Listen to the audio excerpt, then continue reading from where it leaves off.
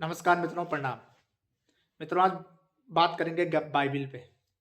Bible जो ये कहते हैं ईसाई कि भाई दुनिया का सबसे ज़्यादा जनसंख्या वाला धर्म जो है, हम हैं। तो इसकी आज पोल खोलते हैं कि ये धर्म जो है इतना बड़ा कैसे हो गया। ये धर्म जो है इस इस हिसाब से तो मुझे ये लगता है, ये जो इस किताब में है, उस हिसाब से तो मुझे लगता है कि इस धर्म में भी कोई वैज्ञानिकता नहीं है। आप पुराणों के पीछे पड़े रहते हैं इनके लोग, जो वामपंथी लेफ्टिस्ट हैं। इस पे कभी बोला? कभी बोला? इसमें लिखा हुआ है, कहानियां, टोटल कहानियां हैं। अब इसी कहानी को पढ़ लो। क्या क्या नाम है? समस्त, संपत्ति, सरल, क्योंकि मैं मार्ग, शत्रुओं को बचाने के लिए, सिपाहियों का दल, राजा मंगलास्ता था, क्योंकि राजा ये कह चुके हैं कि हमारा परमेश्वर अपनी खोजियों पर भलाई के लिए कृपा दृष्टि रखता है। तो भैया, आपकी भी कहानियां ही हैं। तो ये धर्मांतरण कैसे, मतलब ये धर्मांतरण जो है कहानियों से, कहानियों के कारण लोग धर्मांतरण करते नहीं।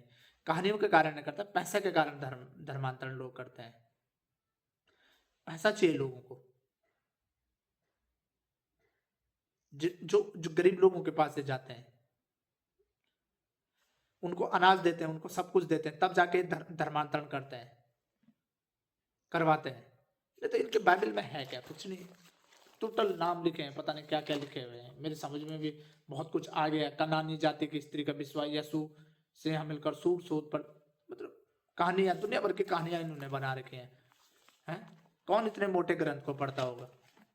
बस, कोई नहीं पढ़ता होगा। फिर भी इन्होंने कहानियां बना रखी हैं दुनिया भर की। तो दुनिया में जो ईसाई धर्म है वो क्यों फैला? पहले तो इसलिए फैला कि उन्होंने पैसा को इकट्ठा किया, शक्ति को अर्जन किया, इसलिए वो फैला। फिर उन्होंने गरीबों को बरगलाया, बहलाया, फुसलाया, पैसे दिए, तब जाके फैला। दुनिया के जितने भी देशों में ईसाई धर्म फैला हुआ है, सब पैसे के बल पर फैला हुआ है। इस किताब को पढ़, मतलब इस किताब को पढ़ के तो मुझे कुछ भी नहीं लग रहा है अशुद्ध विवाह संबंध। अब इस किताब में मैं बताऊंगा आपको, ऐसे ऐसे चीजें दे रखी हैं जिनके कोई सर और टांग है नहीं। तो कैसे ईसाई धर्म इतना ग्रोथ कर गया दुनिया के अंदर? मदर टेरेसा आई, इसने पूर्वोत्तरों, जहां भी है पूर्वोत्तर के अंदर, जो पूर्व हमारे राज्य हैं पूर्वोत्तर के, उसके अंदर धर्मांतरण करवाया खूब जम के, पैसे के बल पे, है ना। उसके अलावा इन्होंने कुछ किया नहीं। टोटल झूठ, झूठ और झूठ फैलाया, भरम, भरम, भरम फैलाया हमारे देव देवताओं के बारे में। हमारे देवी देवताओं को छोटा बताया, यीशु मसीह को बड़ा बताया। ऐसे तो इस धर्म ग्रंथ में कहीं है ही नहीं कि यीशु मसीह इतना बड़ा था। कोई वैज्ञानिकता इस धर्म ग्रंथ में? कहानियां है, उसके अलावा क्या है? बताओ, है क्या उसके अलावा? कुछ नहीं। तो ईसाई धर्म भी एक अवैज्ञानिक धर्म है।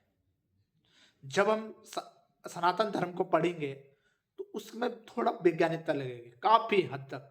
आप उपनिषदों को पढ़ेंगे, आप उसके 6 जो 9 दर्शन है उसको पढ़ेंगे, तो उनमें लगेगा कि इनमें है कुछ सार है, पर पढ़ना नहीं है। क्योंकि उनका, उन्होंने तो पढ़ा होगा थोड़ा बहुत, उन्होंने अपना एजेंडा चला के धर्मांतरण खूब करवा रहे हो, बाकी कुछ नहीं कर रहे हैं। यही तो वो कर रहे हैं ना वो लोग, इसी का तो फायदा उठा रहे हैं ना, कि धर्मांतरण करवा रहे हैं। और गरीब, और जो गांव के लोग, और जो गरीब हैं, और जो हिंदू में जो पिछड़ी जाते हैं जिनको कहते हैं, खूब कर रही हैं। उस पे भी समाधान पे आऊंगा कि उसका समाधान है क्या। और पहले समझिए, अगर आपको धर्मांतरण करने को, बाइबल में कुछ नहीं है ऐसे। मैंने पढ़ ली और आपको बता सकता हूं कि इसके अंदर टोटल कपोल कल्पनित कहानियां हैं। ठीक है, तो इनके झांसे में ना आए ईसाई मिशनरियों के। ठीक है, नमस्ते, प्रणाम।